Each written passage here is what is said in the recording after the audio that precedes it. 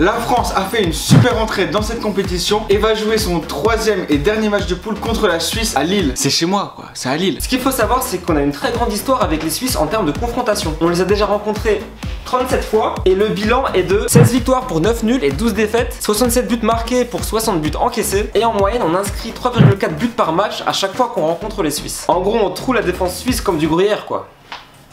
Putain mais elle est merdique ta blague. Faut quand même avouer que Gaëtan a raison. Parce que l'équipe de France face à la Suisse, ils ont toujours mis des gros scores. Le dernier exemple en date, c'est lors de la Coupe du Monde 2014 au Brésil, où la France s'était imposée 5-2. Et pour la petite anecdote, c'était 5 buteurs différents sur chaque but. De plus, lors des 6 dernières confrontations contre la Suisse, la France n'a pas perdu un match. Leur dernière victoire contre la France remonte à 1992. Donc de mon vivant, la France n'a jamais perdu contre la Suisse. Et c'est pas en plus à Lille, chez moi, que ça arrivera. Alors on va regarder leur parcours un peu plus en détail. La Suisse a fini deuxième de leur groupe derrière l'Angleterre qui a vraiment tout explosé en gagnant tous leurs matchs. Le point fort de la Suisse, c'est leur régularité dans les grands championnats. Ils ont participé aux 6 dernières compétitions internationales sur 7 possibles. Ils ont fait l'Euro 2004, 2008 et là ils vont faire l'Euro 2016. Et ils ont fait les 3 dernières Coupes du Monde en 2006, en 2010 et en 2014. Alors ok, ils participent beaucoup, mais leur point faible, c'est leur résultat. Ça reste vraiment pas top. Ouais mais gros, l'important c'est de participer quand même. Ouais, c'est de participer, mais mec, sur les 3 derniers Euros, ils ont fait 9 matchs, 1 victoire, 6 défaites, 2 nuls. Waouh, c'est chaud, ça veut dire qu'ils ont jamais passé le premier tour. Bon après la Suisse cette année ils ont quand même une assez bonne équipe. Ils ont certains joueurs qui jouent dans des grands clubs européens. Comme par exemple Benaglio,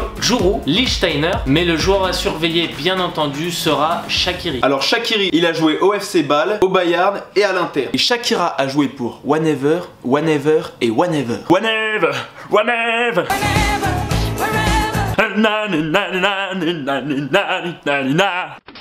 Bref, veuillez excuser Mathieu. Pour revenir à Shaqiri, il a signé maintenant dans un club un peu plus modeste, le club de Stoke City. Mais c'est quand même le meilleur joueur de l'effectif du club de Premier League. Et ce qu'il faut savoir aussi, c'est qu'il était parti pour 20 millions. Et c'était l'une des plus grosses surprises du mercato. On s'attendait pas à voir un joueur aussi talentueux signé dans un club un peu moins gros. Si Leicester a été la grosse surprise en remportant le championnat anglais, Stoke City a aussi été une des révélations de l'année. Et même s'ils ont fini dans le milieu du classement, ils ont quand même montré un vrai jeu d'attaque avec Shakira en chef d'orchestre.